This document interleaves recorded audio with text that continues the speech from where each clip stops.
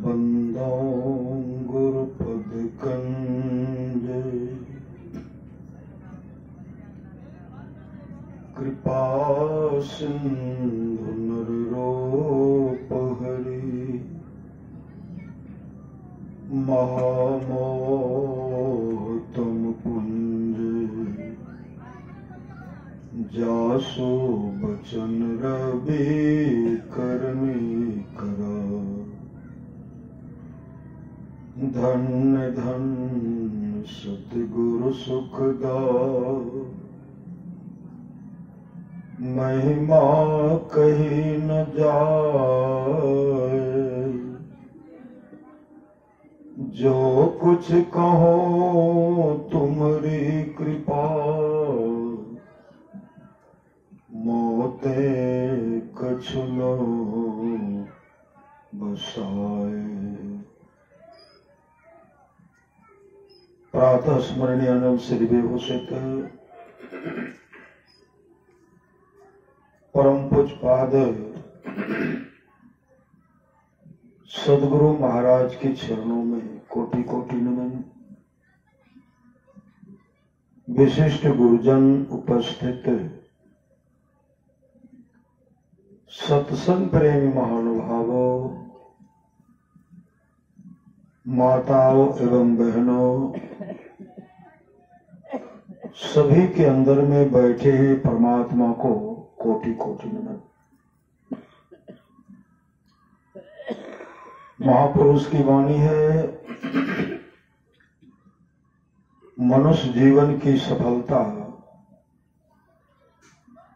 भगवत प्राप्ति में है। यह तन बार बार मिलने को नहीं है, इसलिए आगे की यात्रा के लिए अभी से भगवत भजन रूपी धन संग्रह करो। संत कबीर साहब की वाणी है, बार बार नर दे नहीं यह बीरड़े, चेत सके तो चेत कहत कबीरड़े, कबीर सोए धन संचिए जो आगे का होए, माथ चढ़ाए गांठरी जातन देखा कोय, करिए नित सत्संग को बाधा सकल मिटाए। कहा सत्संग नित्य कीजिए, बाधा सकल मिटाए। जो भी बाधा है, विपत्ति है, सब मिट जाएगी। यह अवसर फिर ना मिले, कहते हैं मौका फिर हाथ आने वाला नहीं है। यह अवसर फिर ना मिले, दुर्लभ नर्तन पाए। अमर मुनि का उपदेश है, 100 काम को छोड़ करके स्नान करना चाहिए, 1000 काम को छोड़ करके भोजन करना चाहिए, 1,00,000 काम को छोड़ करके सत्संग करना चाहिए, करोड़ों काम को छोड़ करके अपने जीवन के बागडोर को संत सदगुरु के हवाले करना चाहिए और दान करना चाहिए। दान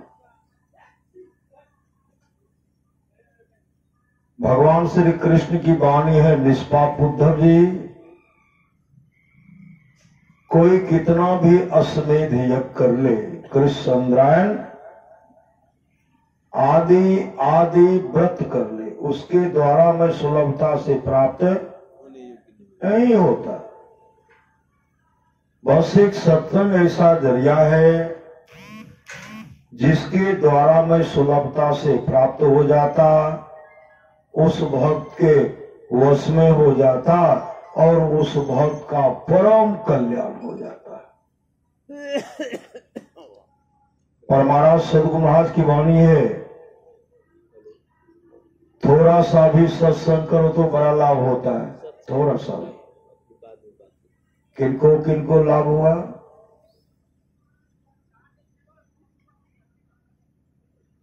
धुंधकारी प्रेत योनि में चले गए थे, 7 दिन तक सत्संग सुने, वैकुंठ धाम को चले गए।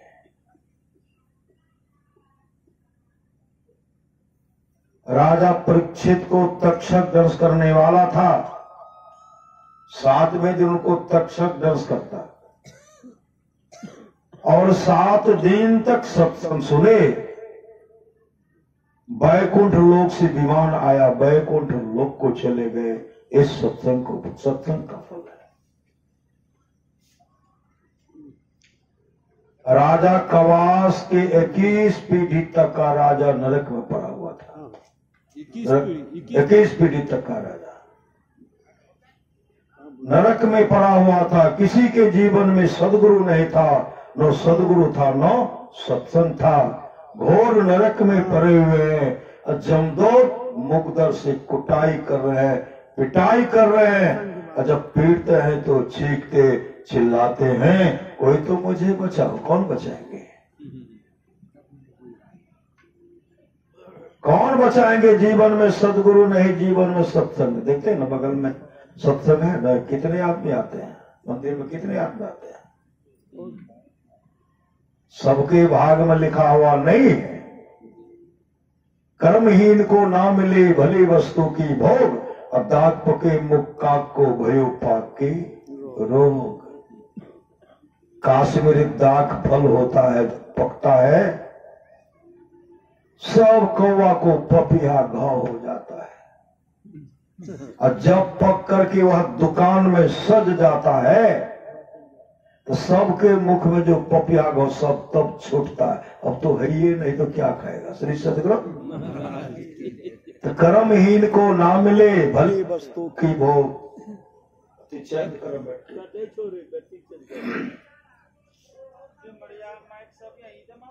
कर्महीन को ना मिले भली वस्तु की भोग।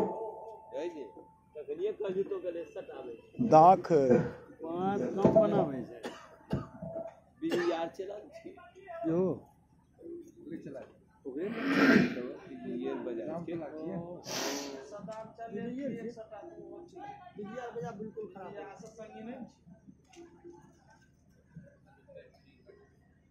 आदेश देते तो लेते।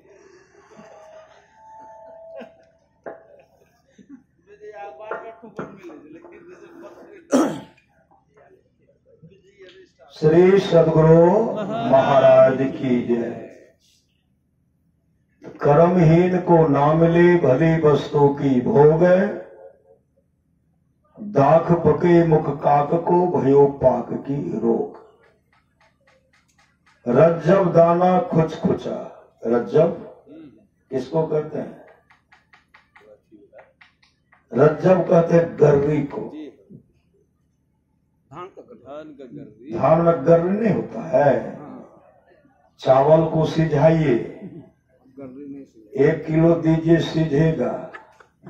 अब कुंटल का कुंटल चावल को सिझाते जाइए, उसमें देते जाइए, वह सिझेगा नहीं।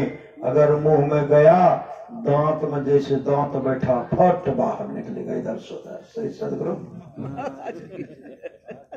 वही महापुरुष की वाणी है, रज्जब दाना खुच खुचा, हंडी सीझे न, असुधरे सब सत्संग में, खचरा सुधरे न। महापुरुष की वाणी है। महापुरुष की वाणी है। जिस सत्संग हम लोग बैठे हुए हैं, यह सत्संग टाटा बिरला के नसीब में लिखा हुआ नहीं है।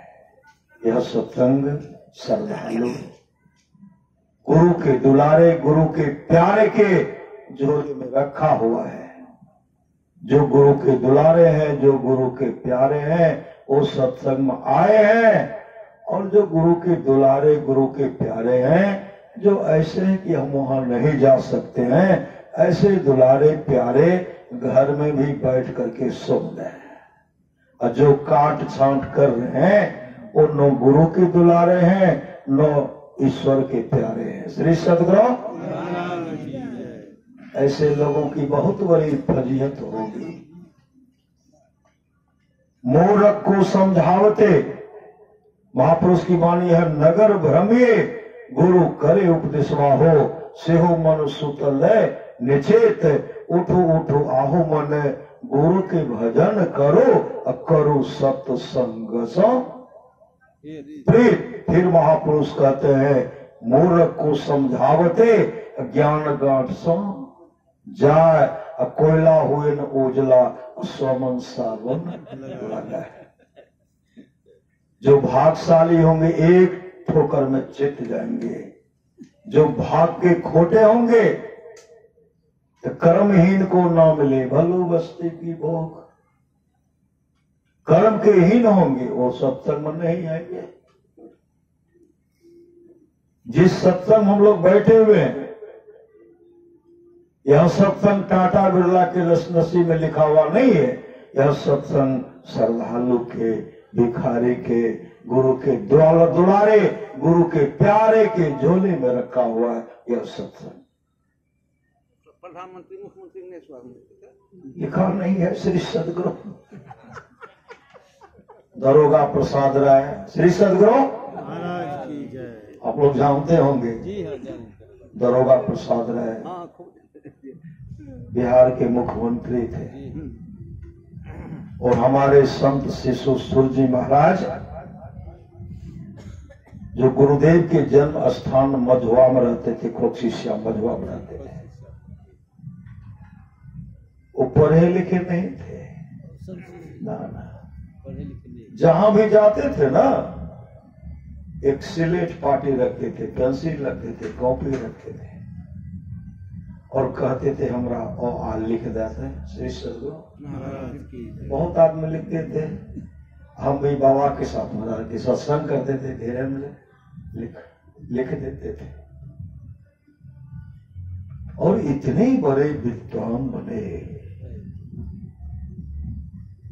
महाभारत को पढ़ते थे, रामायण को पढ़ते थे, शांति संदेश का पाठ करते थे, प्रवचन करते थे। और महाभारत किस पृष्ठ में कौन सा है उनके बारे में बोलते थे। इतना पृष्ठ को उल्टाओ, महाभारत में यह कहानी, यह कथा है। ऐसे मतलब उनकी दृष्टि खुली हुई थी। श्री सदगुरु दृष्टि खुली हुई थी। एक बार गंगा जी में पैदल जा रहे थे इधर से, श्री सदगुरु महाराज गुरु पद प्रीति नीति रत जय, द्विज सेवक अधिकार देते। सुने ना, भगवान शिव करे गुरु पद प्रीति नीति रत जय। संत शिशु सूरजी महाराज उस समय पोला भी नहीं होना था। नदी में जहाज, गंगा नदी में जहाज चलता था। इधर से जा रहे थे, एक आदमी भैंस को धो रहे थे, भैंस को धो रहे थे गंगा जी। बाबा जो जा रहे थे ना,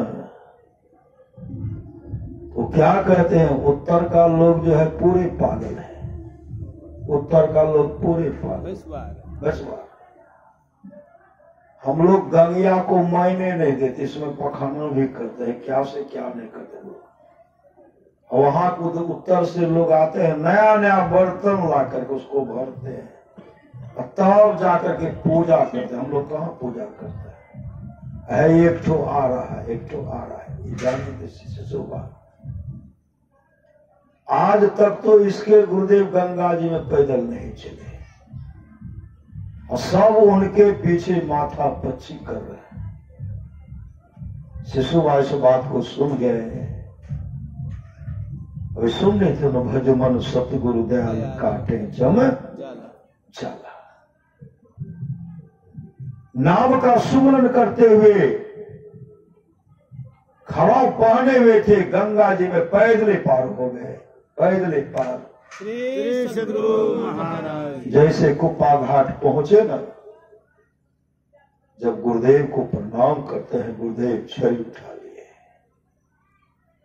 मेहिदास आज तक चमत्कार नहीं दिखलाया।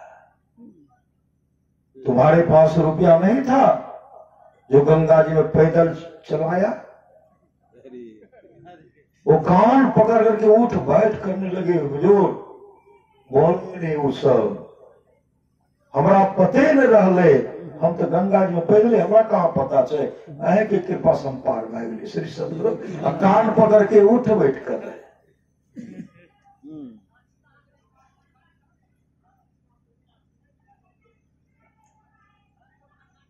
कर्पूरी ठाकुर को गुरुदेव के शरण में लाए,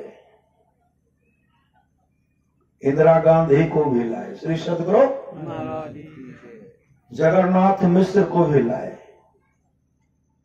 इंदिरा गांधी दिल्ली में दर्शन करने के लिए गए थे गुरुदेव का। दरोगा राय भोला पासवान शास्त्री, दरोगा राय को भजन भेद दिलाए, श्री सदगुरु महाराज की जय। गुरुदेव के पास आए, उधर से आए थे दरोगा प्रसाद राय, हेलीकॉप्टर से आए थे, भागलपुर उतरे और तब वो आए गुरुदेव का दर्शन करने के लिए। जाकर के गुरुदेव के चरण में लिपट गए, कहते हुजूर अहाँ के कृपा से हम जैसे आखो हेलीकॉप्टर पर उड़ के एलिए, उड़ के लिए सिर्फ इतने निर्भीकता की मूर्ति थे। सुन जी हे दरोगा रहे लाभ लिए हुजूर भजन भेद तो लेना ही छे, श्री सदगुरु एकरा पर दया करियो। भजन भेद लिए थे। कुछ दिन के बाद दरोगा राय जी का शरीर छूट गया।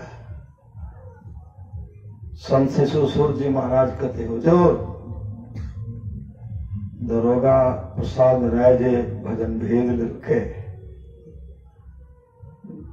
ओकर शरीर छूटले तो कते गले।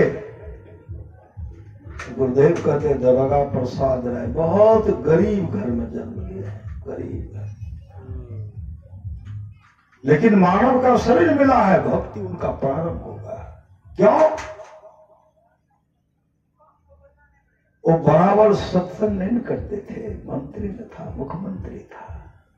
तुम लाया भजन भेद दिलाया, दर्शन किया, जीवन में दानों पुण्य जो करते तब न होता, श्री सदगुरु। लेकिन वहां उनका भक्ति वहां से प्रारंभ होगा। शिशुसुर जी महाराज यह कहानी कहा करते थे। सुन रहे थे गिरजा संत समागम, समन लाभ कछुआन, बिनु हरि कृपा न होय सो गावे वेद पुराण। हे गिरजा, संतों की संगति के समान दूसरा लाभ नहीं है। बिनु हरि कृपा न होय सो, जब तक हरि परमात्मा की कृपा नहीं होगी तब तक संतों का समागम, संतों की संगति नहीं होगी।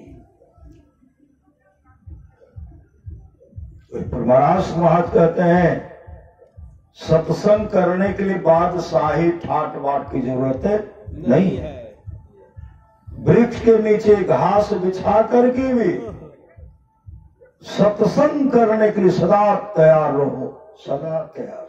श्री सदगुरु महाराज सदा तैयार हो, उत्साह के साथ सत्संग कीजिए, उत्साह के साथ। जो सत्संग के उत्साह में विघ्न डालते हैं, परमात्मा उनको दंड देते हैं, परमात्मा उनको दंड देते हैं, परमात्मा उनको दंड देते हैं। जाओ, मैंने 3 बार कह दिया। बहुत आदमी विघ्न करते हैं, नहीं करते हैं, बहुत आदमी खिलाफ भी करता है, खिलाफ करती बहुत जगह। अगर हॉर्न उधर है तो आकर के कहेंगे हमारा मोबाइलों में गोप करें, बड़ा दिक्कत है, बंद करो ना। श्री सदगुरु महाराज हमारे मंदिर में यहाँ जैसे माइक बाजे से सवेरे उसको मैग नहीं लगे ना, जबकि मैग चली होती आदमी कहता कि बाप रे बाप सवेरे से उठे छी कान झर्रा लगे छा, इन्ना घुरावो, इन्ना घुरावो, इन्ना घुरावो। श्री सदगुरु। लेकिन तरने के लिए जो तरना चाहते तो कहीं न कहीं ऐसे सूक्ष्म रूप में जीव जंतु वो अभी सुनेंगे। श्री सदगुरु। मेरे गांव में हॉर्न घुराते हैं तो बहुत महेश्वासम में लोग बैठ कर स्तुति शुरू करते, जब मंदिर में स्तुति करते हैं कई किलोमीटर तक आवाज जाता है। अब बगल में ऐसा आया कि बाधा कर न गुरबतु न गुरा क्या किए, बस मिट्टी को और बगीचा को घुमा दिए। हम कहते हैं अब सब जो है कीड़े मकोड़े तर रहे हैं, श्री सदगुरु, पशु पक्षी तर रहे हैं, भूत प्रेत तर रहे हैं। अगर भूत है तो हम ही तरेंगे, श्री सदगुरु। तो भाग में है भूत को सुनने का, भाग में है पशु पक्षी को सुनने का। तो लोग सुनेंगे, खाने वाले सुनेंगे, अंडा खाने वाले सुनेंगे, शराब पीने वाले सुनेंगे। 1 जनवरी को मैं अपने गाँव में एक बार बराबर सत्संग करता हूँ, कर रहा मनुस्मृति का पाठ किए। मेरे गांव के मुखिया जी थे श्री सदगुरु, बहुत मछली मांस खाने वाले, सारा खाने वाले।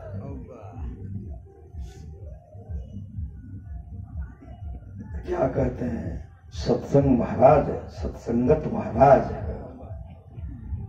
आप जो यह कहते हैं मछली नहीं खाना चाहिए, शराब नहीं पीना चाहिए, तो हम भी अपने भाषा पर लगाएंगे कि शराब खूब पीना चाहिए, मछली खूब खाना चाहिए और सत्संग नहीं सुनना चाहिए। श्री सदगुरु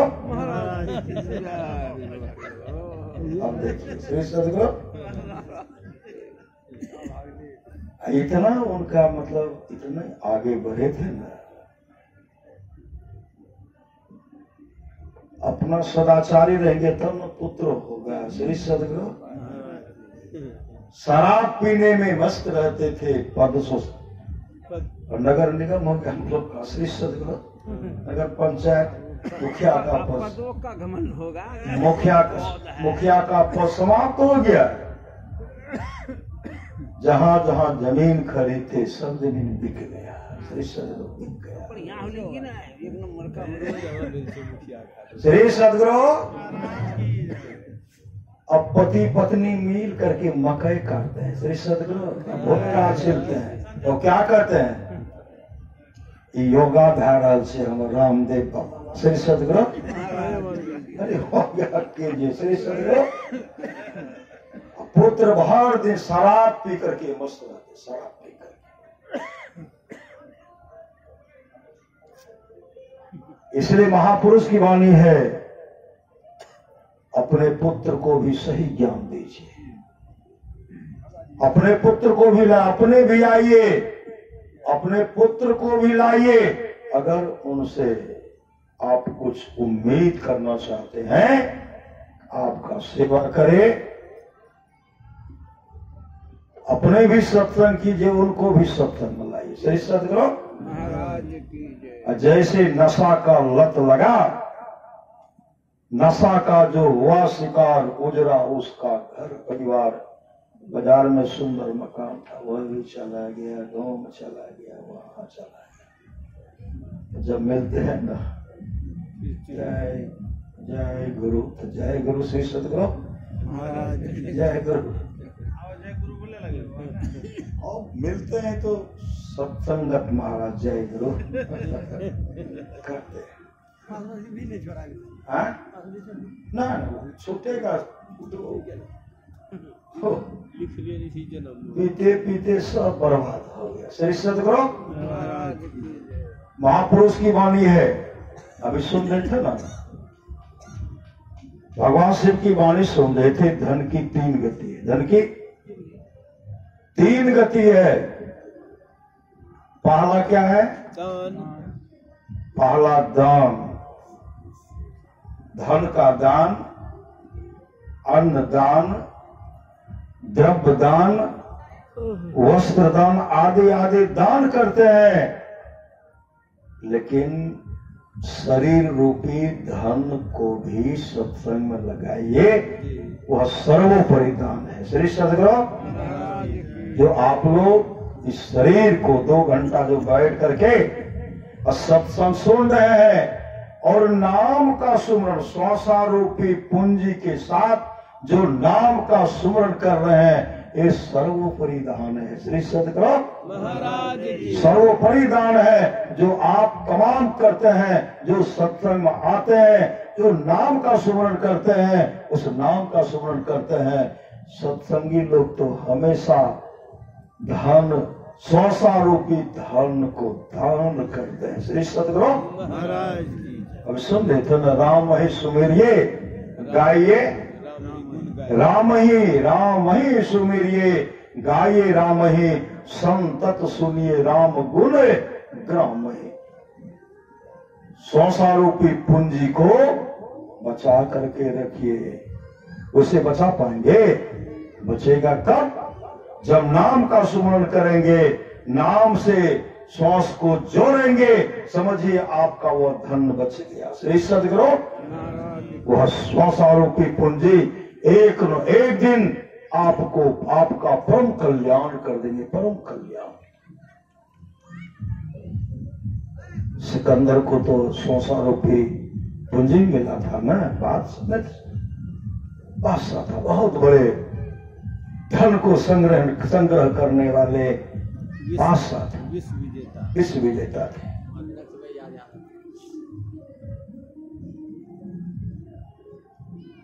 गुरुदेव का तुमके गुरुदेव कहते हैं, सिकंदर तुम भारत जा रहे हो? कहा भारत जो है संतों का देश है और संतों का संदेश लाना है। जब माँ के पास गए, कहते माँ कहते बेटा तुम भारत जा रहे हो? कहां? तो माँ कहने लगे बेटा भारत में गंगा नदी बहुत पवित्र नदी है, गंगा का जल लाना। गुरु कहते संतों का संदेश लाना, और माँ कह रही है गंगा का जल लाना। लेकिन वो सोना चांदी हीरा जवाहरात को बटोरने में, देश को हड़पने में अमूल जीवन को बर्बाद कर दिए, और हड़पते हड़पते विश्व विजय की लालसा लेकर के चले। जब भारत आए, पंजाब के रावी तट पर जैसे गए, याद हुआ कि गुरु ने कहा संतों का संदेश लाना। पता लगा यहाँ कोई महात्मा सब रहते हैं, कहा एक दंडायन ऋषि रहते हैं। कहा उसको बुला कर, उनको बुला करके लाओ। जैसे सिपाही गए बुलाने के लिए, सिपाही कहते हैं आपको विश्व विजेता सिकंदर बुला रहे हैं। श्री सदगुरु आपको विश्व विजेता सिकंदर बुला रहे हैं। दंडायन ऋषि कहते कौन विश्व विजेता सिकंदर जी? जिसने इस तमाम विश्व ब्रह्मांड को बनाया, जो पूरे ब्रह्मांड का मालिक हुआ, जो परमात्मा हुआ है। सिपाही कहते हैं आप नहीं जानते यूनान के रहने वाले बादशाह सिकंदर है। दंडायन सिंह कहते उस नकली सिकंदर को नहीं मानता, मैं उस असली सिकंदर को मानता हूं। विश्व ब्रह्मांड में जर्रे जर्रे में पूरा जिनका हुकूमत है उनको मानता हूं, इस नकली को नहीं मानता। जा कह दो मैं नहीं जाऊंगा। जैसे सिपाही आकर के कहते महाराज वो आने से इनकार किए, ऐसे ऐसे कहे। उसी समय तो तलवार हाथ में ले लिए चल पड़े। मेरे आज्ञा का भेल न करने वाला इस धरती पर सर उठा करके जी नहीं सकता। वहां गए और सोचते हैं कि इनका हत्या करो। जैसे उनके पास जाते हैं, वो तो संत सदगुरु थे, जैसे संत सदगुरु के पास जाते हैं, हाथ में तलवार जो था हाथ कांपने लगा और हाथ से तलवार नीचे गिर पड़ा। और उस समय उनके मुख से निकलता है बाबा हमें शांति नहीं मिल रही है, हमें शांति नहीं मिल रही है। उस समय दंडायन ऋषि ने कहा जिस रास्ते पर चलने से तुमको शांति मिलती, वह रास्ता तो तुम बहुत पीछे छोड़, बहुत पीछे। अब तुम वहां वापस जा भी नहीं सकते हो। कहा कोई उपाय तो कीजिए, कोई उपाय तो कीजिए जिससे मेरा परम कल्याण हो। दंडायन से कहते हैं, जिन मां के पुत्र को तूने छीन लिया, जिनके गोद को तूने सूना कर दिया, जिन बहन के भाई को तूने छीन डाला, जिन बहन के पति को तूने छीन डाला, उसे तुम वापस कर दो। वापस होगा? कहा महाराज यह कैसे होगा? जिसका मैंने हत्या किया उसे मैं कैसे जीवित कर सकता हूं? श्री सदगुरु महाराज की जय। उसी समय दंडायन सिकंदर विश्व विजय की लालसा लेकर के चले हुए हो। अब तुम्हारे पास समय वक्त नहीं है, अब समय नहीं है। अब तो तुम अपने मां का भी दर्शन नहीं कर सकोगे, मां का दर्शन नहीं कर सकोगे। इतना सुनते ही सिकंदर चीखते चिल्लाते हुए कहते, हे महात्मन कोई उपाय तो कीजिए जिससे कि मैं अपने मां का दर्शन कर सकूं। क्यों? सिकंदर को महान क्यों भी कहा गया? सिकंदर मातृभक्त थे, मातृभक्त, मां का भरपूर सेवा करते थे।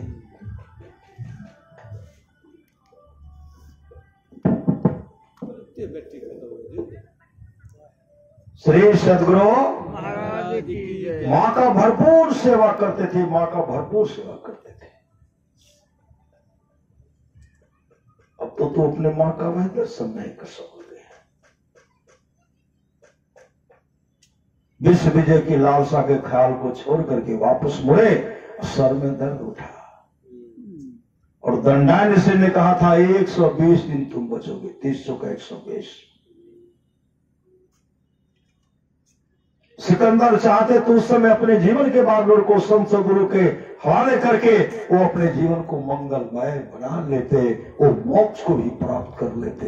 लेकिन कर्महीन को ना मिले भली वस्तु की भोग। यूनान वापस हुए, सर में दर्द उठा, सामने में मौत ही मौत दिखलाई पड़, मौत ही मौत दिखलाई पड़ रही है। डॉक्टर सब दवाई दे रहे हैं, बेचैन हो गए। इनके सामने मौत ही मौत दिखलाई पड़ रही है। उस समय सिकंदर कहते, डॉक्टर मुझे किसी तरह बचा लो जिससे कि मैं अपनी मां का दर्शन कर सकूं।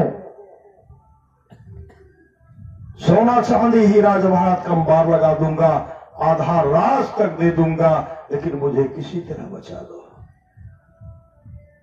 डॉक्टर ने कहा, हे विजेता आप दुनिया की तमाम दौलत मेरे हवाले कर दीजिए, लेकिन आपके श्वास में एक भी श्वास जोड़ने को किसी को ताकत नहीं है। श्री सद्गुरु महाराज की। उस समय सिकंदर पश्चाताप करते हुए कहते, काश अगर हम जानते कि दुनिया की तमाम धन दौलत देने के बाद मेरा अपना प्यारा सा श्वास कोई वापस नहीं दे सकता, तो मैं अपने अमूल्य श्वास को बर्बाद नहीं करता।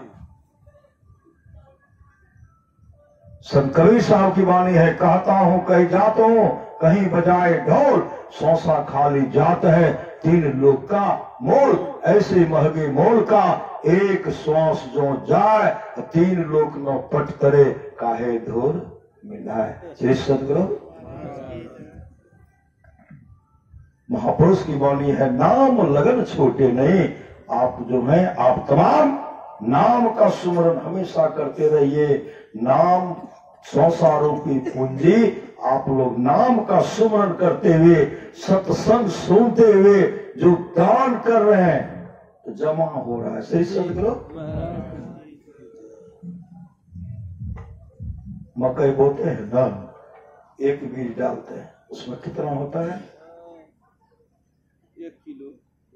किसी को 1 भुट्टा, किसी में 2 भुट्टा, 2, 4, 500 तो दाना हो गया। नहीं होगा ना, होगा ना। 6 महीने में 500 था ना।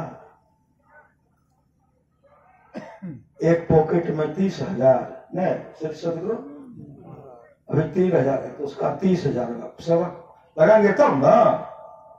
उसका वर्धित होकर के आएगा। हम लोग जो नाम का सुमरण कर रहे हैं, यह परमात्मा के खाते में जमा नहीं होगा। नाम का सुमरण यह तो एक न एक दिन मोक्ष धाम को ही पहुंचा देगा। इसलिए राम ही सुवीर्य गाये, राम ही संतत सुनिए राम गुण, राम ही परमाराष्ट्र महाराज की वाणी है। गुरु धन्य है, गुरु धन्य है, गुरु धन्य है दाता दयाल, दया करें अवगुण हरे, दे टाल भव जंजाल, सब मिल कहो जब ते रहो जी, बने रहो खुशहाल, हरदम रटो कब हो न हटो, तो ही छेड़ेगा न काल, अतः काल भी छेड़खानी नहीं करेंगे।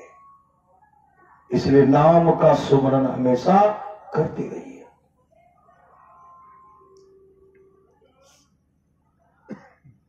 गुरुपद प्रीति नीति रथ जेई, दुज सेवक अधिकारी थे। भगवान राम वशिष्ठ जी का संवाद है, जो वाणी विचार के द्वारा अपने पिताजी को प्रसन्न कर लेते हैं, अगर पिताजी खुश हो गए, ब्रह्मा विष्णु महेश खुश हो जाते पिताजी के खुश होने से। पिताजी जो धन का संग्रह करेंगे किनको देंगे? उनमें से और दूसरों का किसी को नहीं। श्री सदगुरु माता पिता ऐसे बहुत बड़े देवता हैं जिनको परमात्मा के तुल्य कहा गया है। बिना मांगे सब बेटे का होगा। श्री सदगुरु तो दोसर कहते हमारा वर्ष एक बड़ा दिक्कत है, 50 बीघा है, 1 कट्ठा दिया भाग ली। श्री सदगुरु 1 कट्ठा यार काटल के झगड़ा करी 1 कट्ठा। श्री सदगुरु वो बसने के लिए कह रहे हैं। श्री सदगुरु बसने के लिए, लेकिन माता पिता ऐसे बहुत बड़े देवता हैं, बिना मांगे सब पुत्र का है नहीं है। वही भगवान श्री राम वशिष्ठ जी कहते हैं, जो वाणी विचार के द्वारा अपने पिताजी को प्रसन्न कर लेते हैं, अगर पिताजी खुश हो गए, ब्रह्मा विष्णु महेश खुश हो जाते हैं, कहे जाने की आवश्यकता नहीं है। जो वाणी विचार के द्वारा अपने मां को प्रसन्न कर लेते हैं, अगर मां खुश हो गई, लक्ष्मी सरस्वती पार्वती जी खुश हो जाती हैं। जो भाई भाई प्रेम से रहते हैं, तमाम देवता खुश हो जाते हैं।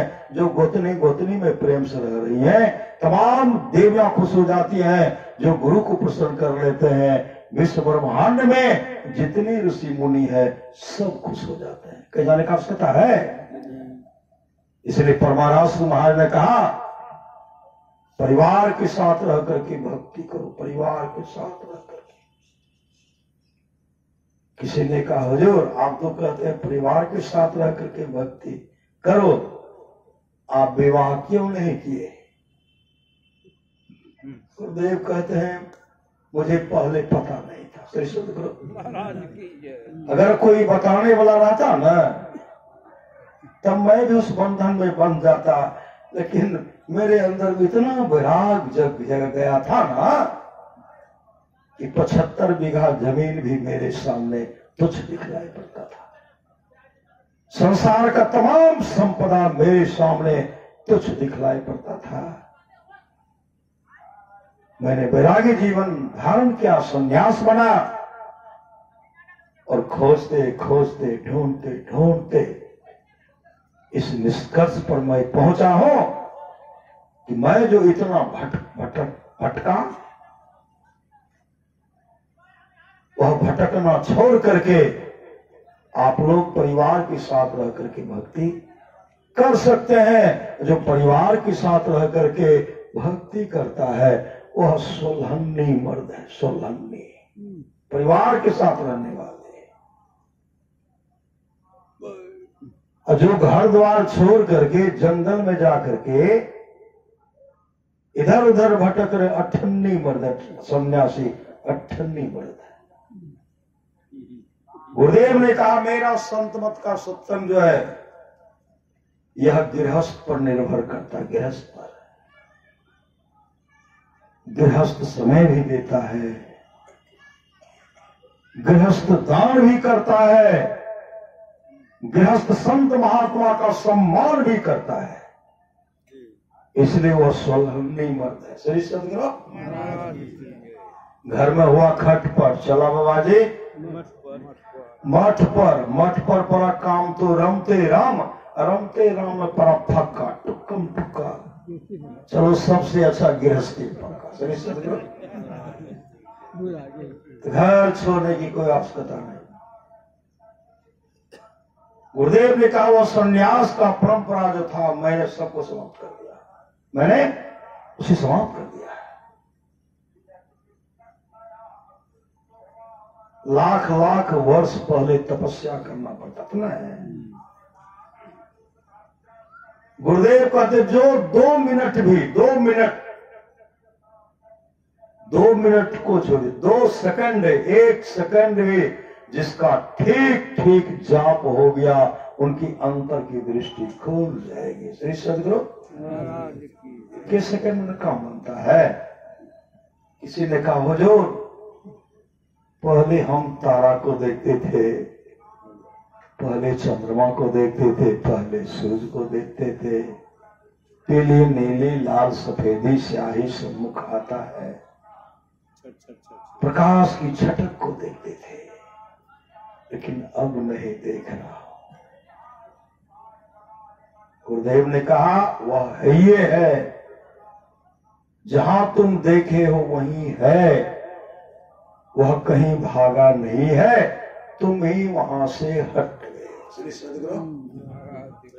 तुम ही वहां से हट गए और वहीं खोजो, वहीं अपने को, अपने दृष्टि को भौं के बीच में टिका करके रखो। क्या होगा।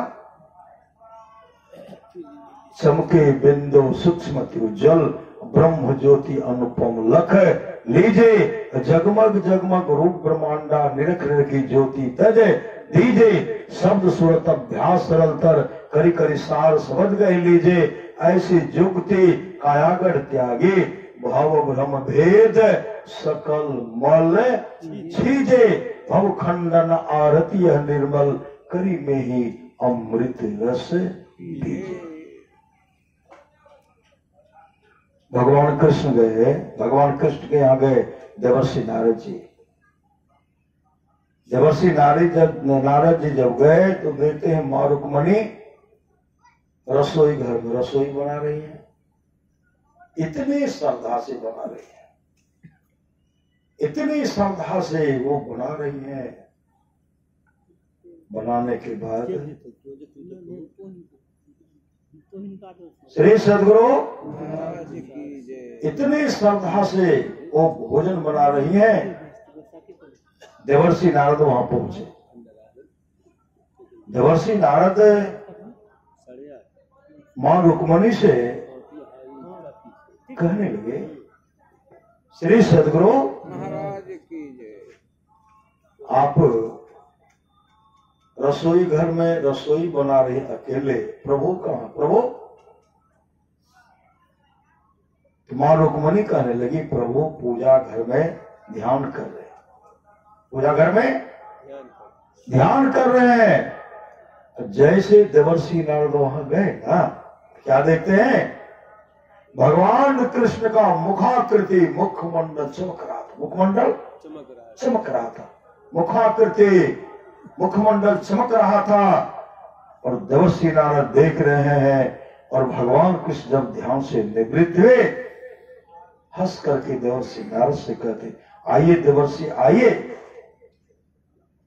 उसी समय देवर्षि नारद कहते प्रभु सारा संसार तो आपका ध्यान करते हैं, आप किनका करते, किनके लिए करते हैं। भगवान श्री राम, भगवान श्री कृष्ण कहते हैं मैं अपने भक्तों के लिए करता हूं, मैं अपने भक्तों का करता हूं। श्री सदगुरु।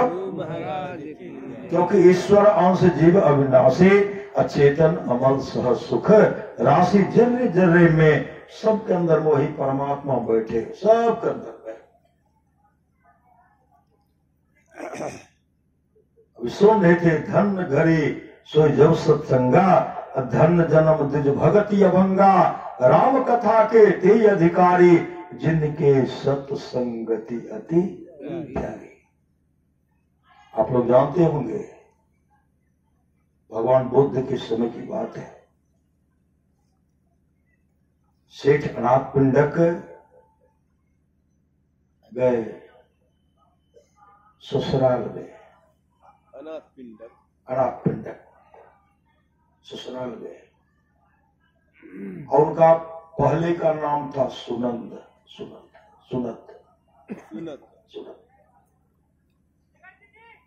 ससुराल गए तो जाते थे, सब खातिरदारी करते थे आगे पीछे, पत्नी भी, साले भी, सरोज भी, सास भी, ससुर भी, सब आगे पीछे खूब करते थे, खूब सेवा करते। श्री सतगुरु महाराज की आगे पीछे खूब सम्मान करते थे, बराबर जाते थे, सम्मान करते थे। एक समय ऐसा जब आया, सुनत अनाथ पिंडक जब ससुराल गए तो उनके पास कोई नहीं बैठता है, पत्नी को भी फुर्सत नहीं है। श्री सतगुरु साली, सरवे, साला, सास, ससुर कोई नहीं बैठते हैं। अनाथ पिंडक कहते हैं अब मैं ससुराल नहीं आऊंगा। पत्नी कहले क्यों? कहा यहां तो कोई आते ही नहीं, पहले तो सब आकर के बैठते थे, सब खातिरदारी करते थे, अब तो कोई बैठते भी नहीं है, इसलिए हम नहीं आएंगे। किसी को नहीं देखता हूं, सुबह उठते हैं कहां चले जाते हैं। सेठ अनाथ पिंडक की पत्नी कहने देखिए भगवान बुद्ध का सत्संग होने वाला है,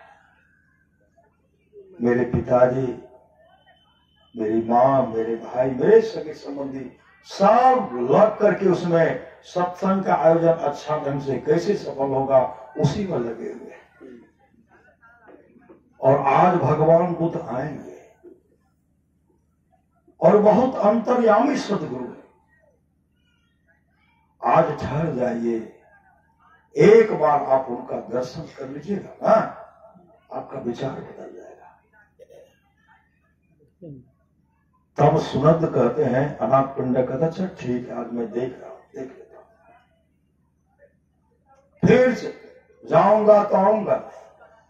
उसी से मैं तमाम सगे संबंधी को कहते हैं मैं भगवान बुद्ध के पास तो जा रहा हूं, लेकिन वह तो मेरा नाम नहीं जानते हैं और मेरा नाम लेकर के पुकारेंगे आइए सुनत जी, आइए सुनत जी, आइए सुनत जी। जब वो 3 बार कह देंगे ना, तब मैं समझूंगा कि पहुंचे हुए सामर्थ्यवान सदगुरु हैं। ये कहेंगे और हमको यह भी कहेंगे सुनत जी आप अमुक तारीख को सत्संग करवाइए, और जब ये कह देंगे ना तब समझेंगे कि सामर्थ्यवान सदगुरु। सास ससुर समाज के लोग तो पंडाले में थे, वो गए, इधर से गए, जैसे गए तो भगवान बुद्ध मंच पर विराजमान थे।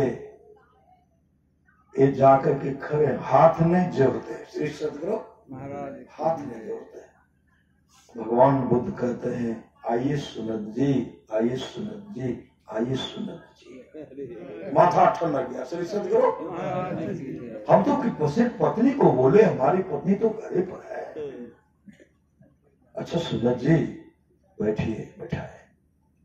कहते अमुक तारीख को, अमुक महीना की अमुक तारीख को आपको हम सत्संग का समय दे रहे हैं, आप सत्संग करा दीजिए। और उसी समय सुनत जी भगवान बुद्ध के चरण गिर गए। ये अंतर्यामी सदगुरु है। ऐसे भगवान बुद्ध जो थे, कौन थे? हमारे सामर्थ्यवान सदगुरु, संत सदगुरु महर्षि में ही परमहंस जी महाराज ही हमारे भगवान बुद्ध के रूप में थे। गुरु नानक देव जी के रूप में हमारे गुरुदेव भी थे। समर्थ रामदास जी महाराज के रूप में हमारे गुरुदेव थे। गरीब दास के रूप में हमारे सामर्थ्यवान सदगुरु थे। इनका जन्म नहीं, इनका अवतार हुआ। अवतार होता है उद्धार करने के लिए। जैसे उनको सत्संग का समय मिला वो तो उछल उठे, बहुत बड़े, और इतने समर्पित हो गए सुन रहे थे ना, धन घरे सोई जब सत्संगा भगवान शिव करते। इतने श्रद्धा से वो व्यवस्था में लग गए, इतने श्रद्धा से वो व्यवस्था में लग गए ना। भिक्षु सबको बोला है, भिक्षु सबको कहते हैं हम जो सत्संग कराना चाहते हैं उसके लिए सत्संग करने के लिए जगह कौन उत्तम होगा। भिक्षु सब आकर कहते यह जमीन जो है ऊंचा भी है, समतल भी है, इस जगह आप सत्संग कराइए। लेकिन वह जमीन किनका था? वह जमीन था कुमार जेठ का, राजा जेठ का जमीन था। ये क्या कि पंडाल बनाना शुरू कर दिए। दिन में पंडाल बनाते थे, शाम में कुमार जेठ के सिपाही आते थे, सब खट्टा को उखाड़ करके चले जाते थे। बिना पूछे भी किया, बिना सोचे कि राजा साहब का प्रतीक है श्री सदगुरु महाराज। फिर दूसरे दिन बनाते हैं, शाम में सब गायब, कई दिन तक गायब होते हो रहा है। तब पता लगाए कि हम जो यहाँ सत्संग पंडाल बनाते हैं सत्संग करने के लिए, एक कौन ले जाते हैं। उसी समय कुमार जेठ के सिपाही आ गए और कहते आप बनाते? कहा कुमार जेठ का करना है, जमीन कुमार जेठ का है, बिना पूछे दूसरे की जमीन में क्यों बनाते हैं? आपका जो भी खुट्टा है सब हम लोग ले गए और बनाना चाहते हैं तो आप कुमार जेठ से, आप जिनका जमीन है उनसे आप आदेश ले लीजिए, आज्ञा ले लीजिए। तब उसी समय सुनंद अनाथ पिंडक वहां पहुंचे और ये भी कम धनी नहीं थे सेठ अनाथ पिंडक। जिस तरह हम लोगों के यहाँ भुट्टा का ढेर रहता है, सेठ अनाथ पिंडक के यहाँ सोना का ढेर रहता था। इतना बड़ा धनी थे। कुमार जेठ कहते हैं अगर मेरी जमीन पर आप सत्संग कराना चाहते हो, सोना का सिक्का बिछाना पड़ेगा, सोना का सिक्का जमीन में सरफी बिछाओ। जितने जमीन पर तुम जितने सत्संग कराना चाहते हो उतनी जमीन पर सोना का मोहर असर भी बिछाओ। श्री सदगुरु, और जो भी बिछाओगे सोना का मोहर असर भी मेरा होगा। श्री सदगुरु कुमार जेठ कहते हो असर भी मेरा होगा और सत्संग के बाद जमीन भी मेरा हो जाएगा। अगर है तो तुम जगह लो। उसी समय अनाथ पिंडक भेजते हैं कि जाओ सोना का असर की सिक्का लाओ। ला रहे हैं, बिछा रहे हैं, ला रहे हैं, बिछा रहे हैं। 30 एकड़ जमीन में सोना का मोहर बिछाए। 30 एकड़ जमीन में इतने बड़े धनाढ़ थे श्री सदगुरु, इतने बड़े गुरु के दुलारे थे। यहाँ कमे में बुक लगे श्री सदगुरु।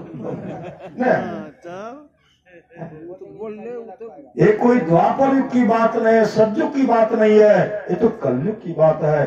2500 वर्ष पहले की बात है।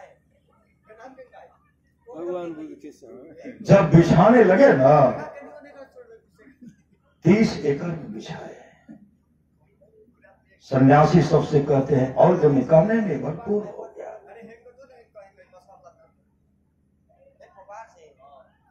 जब सत्संग प्रारंभ हुआ सोना का सिक्का मोहर जो है सबको जमा कर दिए।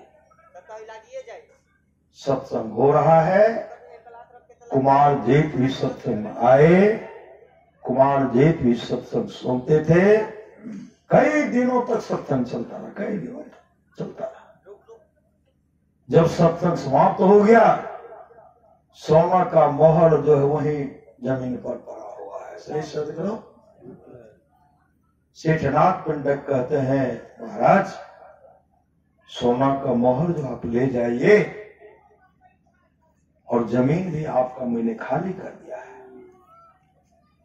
कुमार जेठ कहते हैं अब मुझे सोना का मोहर भी नहीं चाहिए, अब मुझे जो मेरा जमीन है वह जमीन भी नहीं चाहिए। सत्संग का इतना असर पड़ा। श्री सदगुरु महाराज की यहाँ तो मेरा है, ये है तेरा भी मेरा है। श्री सदगुरु 1 इंची आर के लिए भाई का गर्दन पोष देते हैं न। यहाँ नहीं, मेरे गांव के बगल में ऐसा हुआ था, बहुत दिन पहले की बात है। हर गांव में है यहाँ के नहीं कहते श्री सदगुरु, अरे मेरे गांव के बगल में जो घटना घटा था। श्री सदगुरु भाई कहते हैं हमर आयर के नहीं करके हम छेट दो तो हट। श्री सदगुरु ऐसे वहां के छाटी। श्री सदगुरु एक जगह निकले हम लोग सत्संग करने के, गांव का नाम नहीं बोला। श्री सदगुरु हम थे, मनोज साथ में थे। कहते डॉक्टर साहब चलो, ठीक है चलो। निकले तो मनोज बाबू उधर गए, हम इधर गए। एक आर पर जब गए न, और 10 बार गिरे। श्री सदगुरु बोले हाँ 10 बार गिरे कम से छोटो यार छाट दिया था। श्री सदगुरु 10 बार गिरे, हम भी गिर गए 10 बार। तो गिरे तो मेरे कुत्ता समय किचन में गया, नहीं तो उस था गिर गया। उधर से मनोज बाबा आए, डॉक्टर साहब की बेर कली बाबा देखियो ना, हम 10 बेर गिर गए। करके 10 बेर हाँ गिर गए, हम तो 15 बेर गिर गए। श्री सदगुरु उनके भी शरीर में। और जैसे प्रवचन शुरू हुआ ना, मनोज बाबा और छठी वाला कहानी शुरू कर। गौ का नाम नहीं बोलूंगा। श्री सदगुरु बोलिए दिया नहीं जी होते हो दो या 9 होते ही रही बोलिए दिए। श्री सदगुरु धरारा के पास एक राधा नगर भेटता को है। श्री सदगुरु श्री सदगुरु ऐसा आगे बोलने के लिए दे रहे हैं। आज सत्संग हुआ, 30 एकड़ में जो सोना का सिक्का है, कहते आप ले जाइए। ये कहते नो जमीन चाहिए, नो सोना का मोहर चाहिए। सेठ अनाथ पंडित ने कहा कि जिसको मैंने दान कर दिया वह कभी मैं नहीं ले सकता, वापस नहीं ले सकता। नहीं लूंगा। सदगुरु अब वहां धारा हुआ। श्री सदगुरु अब कोई लेने वाले नहीं, तो सेठ अनाथ पंडित भगवान बुद्ध के पास के का बनते, कुमार जेठ को आप दीक्षा दे दीजिए, वजन भेद दिलाए। और कहते भगवान मैंने इनको जो उनके जमीन पर जो सोना का सिक्का बिछाया था, ये कहते हम नहीं लेंगे, जमीन भी नहीं लेंगे। तो भगवान हम आपसे आज्ञा चाहते हैं, वह जमीन जो है उस जमीन पर जो सोना का सिक्का हम बिछाए हैं, उस सिक्का से उसमें जो है सुंदर भवन बनना चाहिए, सत्संग भवन बनना चाहिए, सत्संग भवन बनना चाहिए। अब बना करके यह भगवान को आपको दान कर दिया जाएगा। भगवान बुद्ध कहते बनाइए, लागत से बनाए। बनाने के बाद जब सुंदर भवन बना, उद्घाटन जब भगवान बुद्ध के, सेठ अनाथ पंडित कहते बनते कुमार जी ने बहुत बड़ा काम दिया है, एक काम किया जाए, इस जगह का नाम जेतवन रखा जाए। जेतवन भगवान बुद्ध कहते जेतवन होगा। श्री सदगुरु कुमार जेतवन। और भगवान बुद्ध समय समय पर वहां जाकर के ध्यान करते थे और कहते थे अनाथ पंडित कुमार जी ने बहुत बड़ा त्याग किया है, उनका ख्याति फैला हुआ। श्री सदगुरु फैल गया। और जानते हैं एक दिन की बात है, सेठ अनाथ पंडित को एक लड़का जिसका नाम है काल। काल बहुत लंपट है। कहीं भी सत्संग होता था, सत्संग में नहीं जाते थे, कहीं भी। अनाथ पंडित कहते काल, अरे भगवान बुद्ध का सत्संग हो, सत्संग में जाओ। काल कहते हमको सत्संग से कुछ लेना देना नहीं। एक दिन की बात है, सेठ अनाथ पंडित कहते काल आज भगवान बुद्ध का सत्संग और सत्संग में जाओ। और सत्संग में जाओगे ना 100 कासापन देंगे, कासापन। जाओ। लालची अपने घर के सामान को चुरा लेता था। आज पिताजी उनको दे रहे 100 कासापन, कहा तब तो जाऊंगा, लेकिन पहले 100 कासापन का गट्ठर बांध करके हमको दे दीजिए। आभूषण है, जेवर है वहां का। श्री सदगुरु 100 कासापन दिए, गट्ठर लिए, तब गए सत्संग में। और सत्संग में तो सबसे पीछे बैठे, खुट्टा का सहारा लेकर भगवान बुद्ध प्रवचन कर रहे थे। वो खुट्टा का सहारा जो लिए थे, गहरी नींद में सो गए। श्री सदगुरु गहरी नींद में सो गए। जब नींद टूटी ना, उठ करके प्रवचन हो ये रहा, कई गांव भ्रमण करके दूसरे गांव चले गए, भ्रमण करते गए। और शाम में से अनाथ पिंडक इंतजार कर रहे थे, अभी तक मेरा पुत्र काल नहीं आया। उस दिन तो नहीं आया, दूसरे दिन टहलते हुए आए। सेठ अनाथ पिंडक कहते, काल कल भगवान बुद्ध का क्या सब प्रवचन हुआ था, सुनाओ तो। क्या सब सत्संग सुना था, सुनाओ प्रवचन। काल कहते, आप प्रवचन सुनने के लिए कहाँ गए थे? आपने कहा सत्संग में जाओ। हम गए, हम पीछे बैठे, खुट्टा का सहारा लिए, गहरी नींद में सो गए।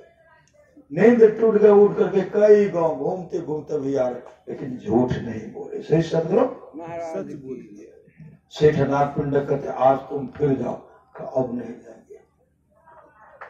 सेठ अनाथ पिंडक कहते, आज अगर तुम सत्संग में जाओगे ना, तुमको 1000 कासापन देंगे। 1000 का नाम सुनते तो कहते, तब तो जाऊंगा, तब जाऊंगा। 1000 कासापन का गट्ठर अलग कर दीजिए। अलग करवाए। जब सत्संग में जाने लगे, सेठ अनाथ पिंडक कहते, काल आज हम तुमको 1000 कासापन दिए हैं। आज भगवान बुद्ध का जो जो प्रवचन होगा, वह प्रवचन सुन करके सुनाना पड़ेगा। उसी समय काल कहते हैं, पिताजी आज मैं सत्संग में सबसे पहले जाऊंगा, सबसे आगे बैठूंगा, भगवान बुद्ध का प्रवचन सुनूंगा और सुन करके आपको सुनाऊंगा। सबसे आगे गए। एक टक धर्मदास जी महाराज जैसे कहते, साहेब चितवो हमरी ओर, हम चितवे तुम चितवो ना है, तुमरो हृदय कठोर, और को तो और भरोसो, हमें भरोसो तोर, सुखमन सेज बिछाओ गगन में, नित्य नित्य उठी करो निहोर, धर्मदास बिनवे कर जोड़ी, साहेब कबीर